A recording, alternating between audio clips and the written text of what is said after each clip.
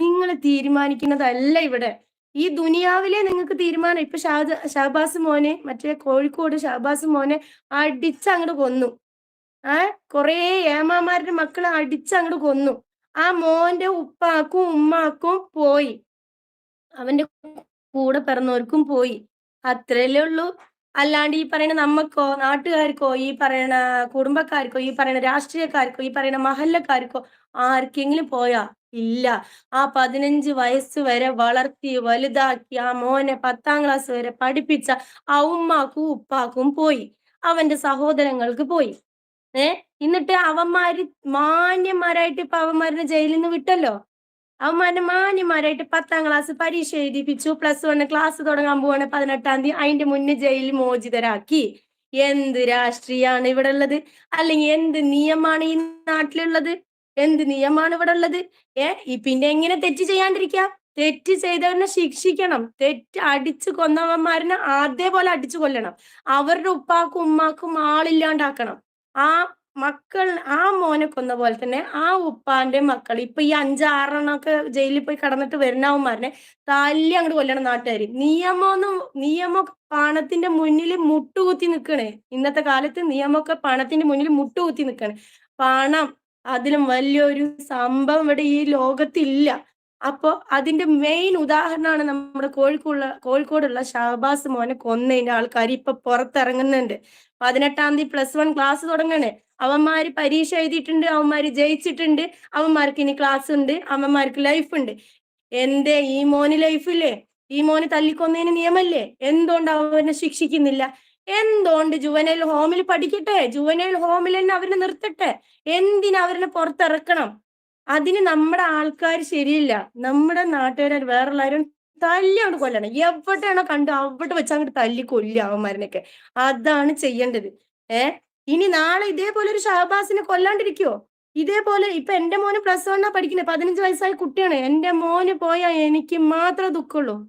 കഷ്ടപ്പെട്ട് വളർത്തി വലുതാക്കാൻ എനിക്ക് മാത്രമേ ദുഃഖമുള്ളൂ. ഈ കാണുന്നവന്മാർക്കൊന്നും ദുഃഖമില്ല. അതുപോലെ തന്നെ ആ മോനെ കൊന്നിട്ടുണ്ടെങ്കിൽ അവന്റെ ഉപ്പ, അവന്റെ ഉമ്മ ഉരുകണേന് നീയൊന്നും ഒരിക്കലും നേരാവില്ലടാ. നീ ഇപ്പൊ പുറത്തിറങ്ങിയാലും നീ ഒരു എഡ്യൂക്കേഷന്, നീ 10ാം ക്ലാസ് കഴിഞ്ഞിട്ട് +1 +2 നീ എവിടെ പോയാലും ഈ മോനെ കൊന്നവന്മാര് ഇറങ്ങിയവന്മാര് എവിടെയും രക്ഷപ്പെടാൻ പോകുന്നില്ല. പടച്ചോൻ എല്ലാം കാണുന്നുണ്ട്. നിന്റെ ഉയർച്ചയും താഴ്ചയും നിന്റെ വേറുള്ള കാര്യങ്ങളൊക്കെ പടച്ചോൻ കാണുന്നുണ്ട്. ഒരിക്കൽ നിന്നെ ഈ കോടതിയിലാണ് നീ വിജയിച്ചിട്ടുണ്ടാവുള്ളൂ. പടച്ചോന്റെ കോടതിയിൽ നിന്നെ എന്തായാലും പടച്ചോൻ നിനക്കുള്ള ശിക്ഷ അവിടെ വിധിച്ചിട്ടുണ്ട്. അത് എത്ര അവന്മാര് കൊന്നോ അവന്മാർക്കുള്ള ശിക്ഷയൊക്കെ അവിടെ പടച്ചോൻ വിധിച്ചിട്ടുണ്ട്. ഈ ദുനിയാവിലത്തെ കോടതിയിലല്ലേ നിങ്ങളൊക്കെ രക്ഷപ്പെടുള്ളൂ. അവിടെ ഒരു കോടതി ഉണ്ട്.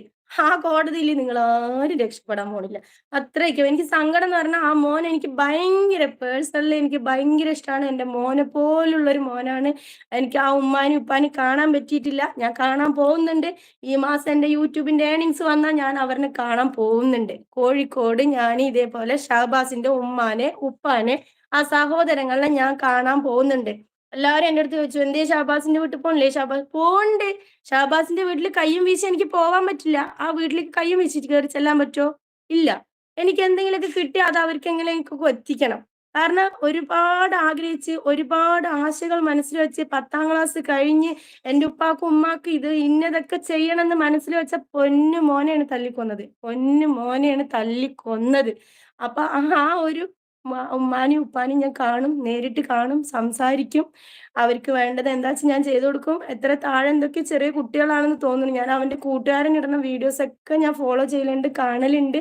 അപ്പൊ ആ മോന്റെ എന്താ പറയാ ആ ശിക്ഷയെന്നൊരു സംഭവം വന്നപ്പോ അവരിനെ എനിക്കറിയാം അവരിനെ എന്തായാലും ഇവര് പുറത്തിറക്കും, ഇറക്കാണ്ടിരിക്കില്ല. അവരുടെ വോയിസ് ഒക്കെ ഇപ്പോഴും എടാ നീ ഒന്ന് പോയി നോക്ക്, അവനെ ഞാൻ കൊന്നു, അല്ലെങ്കിൽ ഞാൻ അവനെ കൊല്ലാൻ വേണ്ടി ഇങ്ങനെ ചെയ്തിട്ടുണ്ടടാ, കൊന്നിട്ടുണ്ടടാ, അവന്റെ കണ്ണ് നോക്കടാ, അവന്റെ മൂക്ക് നോക്കടാ, അവനൊക്കെ അടിച്ച് ശരിയാക്കിയിടാന്ന് പറയണ നാറികള് അല്ലെങ്കിൽ ക്രിമിനൽസിനെയാണ് ഇപ്പൊ പഠിക്കാൻ അവർ ഇറക്കുന്നത്.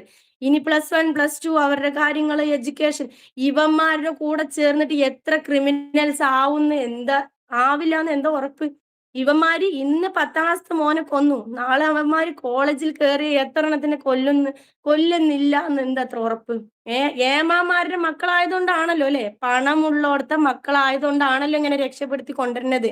ഇതേ സാധാരണക്കാരന്റെ മകനായതുകൊണ്ടാണല്ലോ ആ കുട്ടിക്ക് നീതി കിട്ടാണ്ടിരുന്നത് അല്ലേ?